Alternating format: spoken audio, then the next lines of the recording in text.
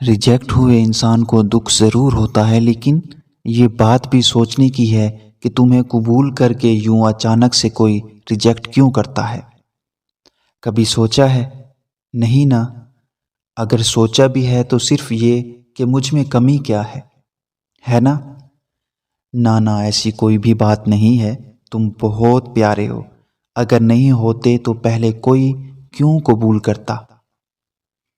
اصل میں بات یہ ہے کہ اللہ پاک کو یہ علم ہوتا ہے کہ وہ انسان آگے چل کے آپ کے لیے برا ثابت ہو سکتا ہے، اس لیے انسان کے اچانک دل میں دیتا ہے کہ وہ آپ کو ریجیکٹ کرے تاکہ آپ اس انسان سے بچ سکو اور اس انسان کو اپنے جیسا انسان ملے، آپ جیسا نہیں، کیونکہ آپ بہت اچھے ہو، آپ بہتر ڈیزرو کرتے ہو۔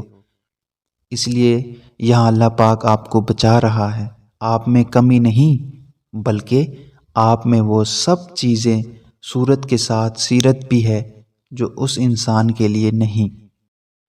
یہاں آپ کو خوش ہونا چاہیے، باقی رشتے کے لیے پریشان ہونے کی کوئی ضرورت نہیں۔ جہاں اللہ پاک آپ کو بچا سکتا ہے کسی بھی طریقے سے، تو آپ کو کیا کسی اور اچھے انسان سے جوڑ نہیں سکتا؟ تو پھر پریشانی کیوں؟ ہر انسان کے لیے کوئی نہ کوئی ضرور اللہ نے بنایا ہے، اس دنیا میں جو مقرر وقت پر سب کو ملے گا انشاءاللہ۔